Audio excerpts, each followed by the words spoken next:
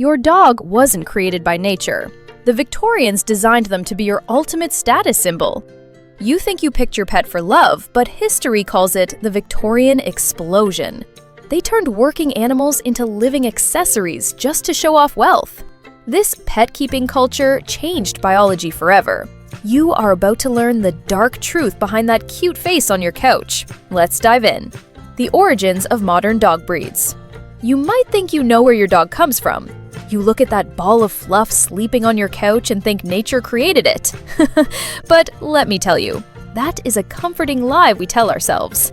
The reality is far more calculated and, honestly, a little bit unsettling.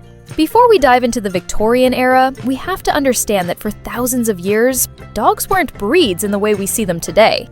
They were defined by what they did, not how they looked. If it herded sheep, it was a shepherd. If it killed rats, it was a terrier. Simple, right? But here's the thing that might hurt your ego a little bit. Your beloved purebred might just be a Victorian invention.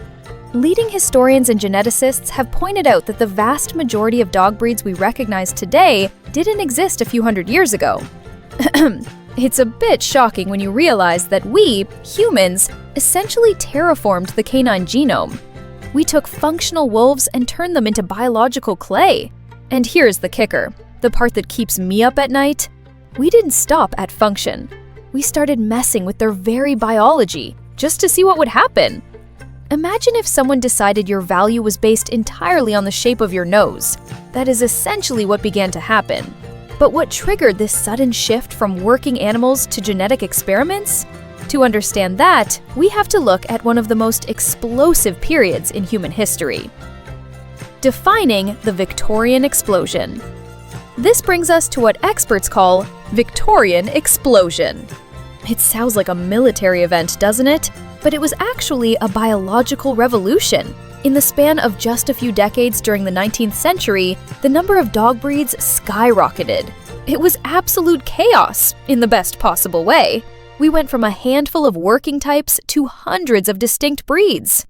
I remember reading a study from the University of Manchester that described this era as the invention of the modern dog.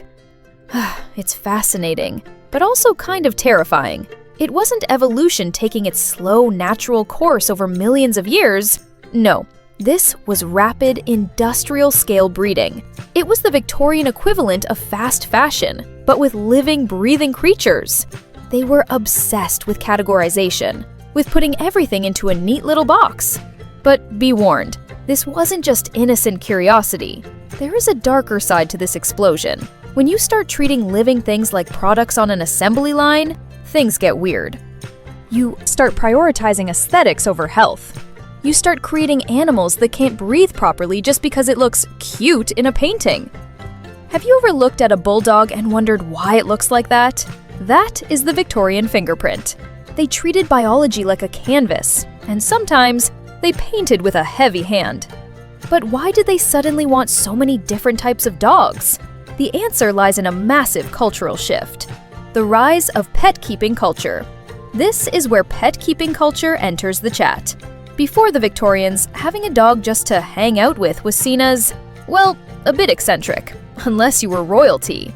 Dogs belonged in the barn, not in the bedroom. But then, something shifted in the collective human psyche. The rising middle class suddenly had disposable income, and more importantly, leisure time. It's actually quite similar to how we treat technology today. You don't need the newest iPhone, but you want it because it fits your lifestyle. Back then, bringing a dog inside the house was the ultimate lifestyle flex. I mean, think about it. You are telling the world, I am so wealthy, I can afford to feed a mouth that does absolutely no work. It's a power move. But here is the unsettling truth they don't teach you in history books. This love for pets wasn't just about companionship. It was about control. Humans love to dominate their environment, and what better way to show dominance than to take a wild predator, shrink it down, put a bow on it, and make it sleep at the foot of your bed?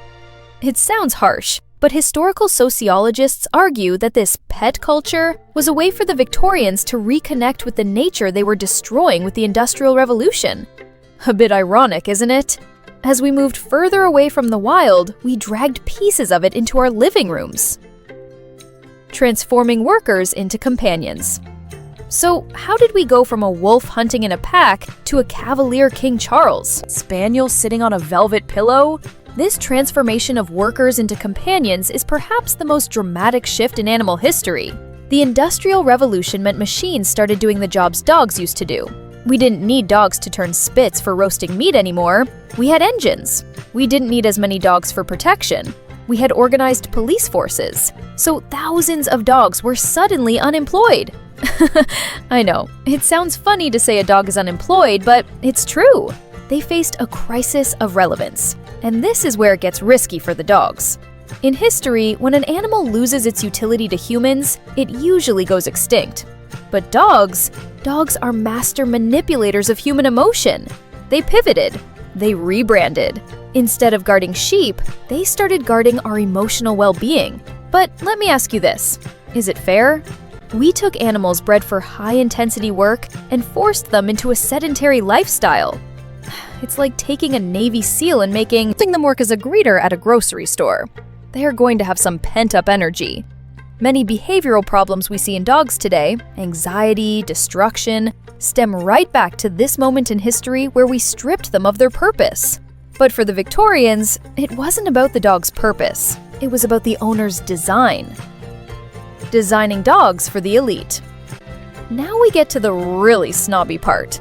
Designing dogs for the elite. You have to understand, the Victorians were obsessed with class. And nothing says class like customizing nature. This is the era where dog shows began. The first formal dog show took place in 1859, and it changed everything. Suddenly, a dog wasn't valued for how many rats it killed, but for the perfect slope of its back or the exact shade of its coat. And you want to talk about celebrity endorsements? Let's talk about the ultimate influencer, Queen Victoria herself. She was the Kim Kardashian of the 19th century when it came to trends. If she liked breed, suddenly everyone had to have one. She helped popularize the idea that dogs were fancy. She had collies, pugs, Pomeranians. Because the queen loved dogs, the aristocracy followed suit, and then the middle class tried to copy them. But here is the dangerous part of designing for the elite. When you breed for exclusivity, you shrink the gene pool. You start inbreeding to keep the bloodline pure. It sounds like a horror movie plot, but it was reality. They were so obsessed with creating a brand-name dog that they ignored the biological consequences. And we are still paying the vet bills for those decisions today.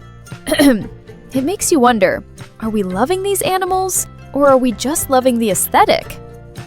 The dog as a status symbol. This leads us directly to the concept of the dog as a status symbol. In the Victorian era, your dog was an extension of your outfit. It was a signal to the world of who you were. Walking down the street with a rare purebred Borzoi said something very specific about your bank account. It's like driving a Ferrari today. You don't drive a Ferrari because it's the most practical way to get groceries. You drive it to be seen. I remember reading a diary entry from a Victorian socialite who practically had a meltdown because her neighbor bought a better spaniel. It's petty, but it's human nature. The status symbol became the primary driver for breeding. This is why we have so many weird and wonderful shapes and sizes. They were fashion accessories. But watch out, because this mentality is a trap. When a living creature becomes a status symbol, it becomes disposable. If the fashion changes, does the dog get discarded? We see this even today with trends like the purse dog, or the sudden spike in husky ownership after Game of Thrones. It all goes back to this Victorian obsession with using dogs to climb the social ladder. It turns a bond of friendship into a transaction of vanity. But what happens next? Will surprise you. Because this vanity actually cemented the dog's place in human history forever. How society shaped canine history. Finally, we have to look at how society shaped canine history. We are living in the shadow of the Victorians. Every time you register a dog with the Kennel Club, every time you talk about purebred versus mutt, you are participating in a system set up by guys in top hats 150 years ago. They codified the dog. They wrote the breed standards that we still religiously follow today. It's actually mind-blowing when you stop to think about it. We have let a society that didn't believe in germs and thought ghosts were real dictate the genetics of our best friends. But in a way, they saved the dog. By integrating them so deeply into the social fabric, by making them a status symbol and a key part of pet-keeping culture, they ensured that dogs would survive the modern age. So, the next time you look at your dog, realize you are looking at a living historical artifact. They are a product of the Victorian Explosion, a remnant of a time when we decided to rewrite nature to suit our egos. It's a complicated legacy, full of love, vanity, science, and a little bit of madness. But honestly, I wouldn't trade my little Victorian-designed mutant for anything in the world. And I have a feeling neither would you. Now you know your pup is a piece of history.